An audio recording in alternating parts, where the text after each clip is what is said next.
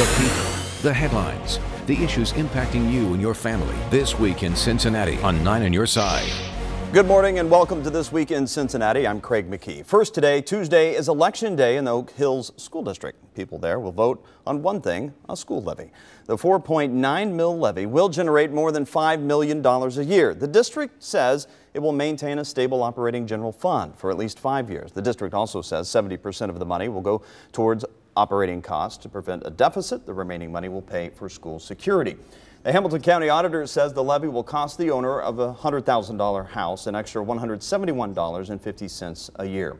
Joining us now to talk a little bit about the levy is District Superintendent Jeff Brandt. Welcome to This Week in Cincinnati. Pleasure to be here, Craig. Thanks for having me. So when you look at this levy and it's split 70-30, some people, and while there's not a uniform opposition party, if you will, against the levy, people have sounded off. And when you look at a 70-30 split and you throw in security, it may come across to some as, hey, we're throwing the security in there to try to get this passed, when really this is about keeping us out of debt. Sure, yeah, and certainly we understand, where that perception comes from. This is picked up, quite honestly. This is an issue that, around safety and security, mental health needs of students has really run rampant, in recent history across the country. So all superintendents, all school districts are dealing with that. Obviously we did pass a levy in 2013 was the last time we asked for money.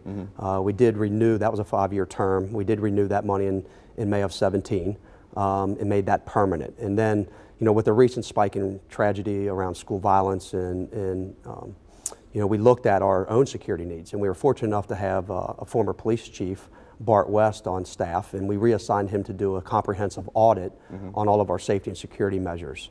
And so once he came back with that audit, the recommendations were made, and we looked at all of our options of when we could go, and quite honestly, we picked the August date really because we wanted to make sure that we could implement those safety recommendations as close as possible. We also knew that we were going to be deficit spending, which is different than being in a deficit. Okay. We're not currently in a deficit in the district. However, in the next 12 to 18 months, we will be in a position, if this doesn't pass, to be in deficit spending mode, which means we're spending more than we are getting in terms of expenditures versus revenue.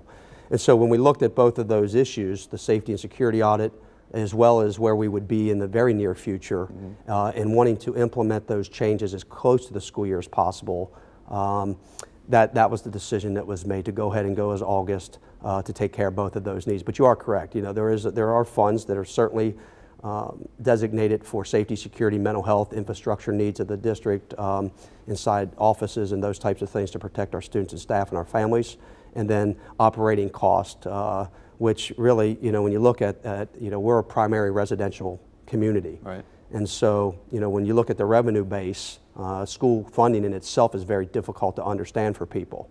And so, again, I just want to clarify that we are not currently in a deficit. However, in the next 12 to 18 months, we would certainly be in a deficit spending mode. When you look at an August compared to November election, turnout not necessarily as high in an August election.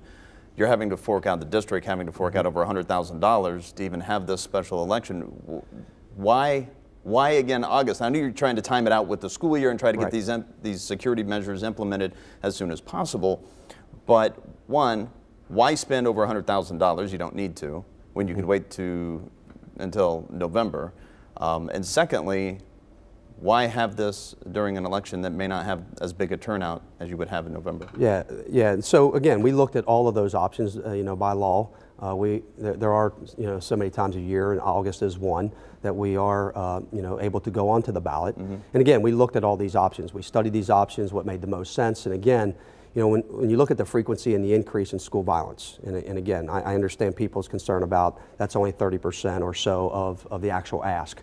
But again, those are decisions that we have to make because, again, we have an obligation to make sure that when parents drop their kids off to school, that they return home safely. But that over $100,000 that you have to pay for the special election, wouldn't that be better spent on school security and waiting to have the election in November instead of August? Yeah, some could argue that as well. But again, as we looked at our needs and and again, we ultimately have to live with those decisions. Sure. And we hope that we never have to face the tragedies that happen in other parts of the country. And I would suspect that every other school district that unfortunately had to deal with this said the same thing, it wouldn't happen here.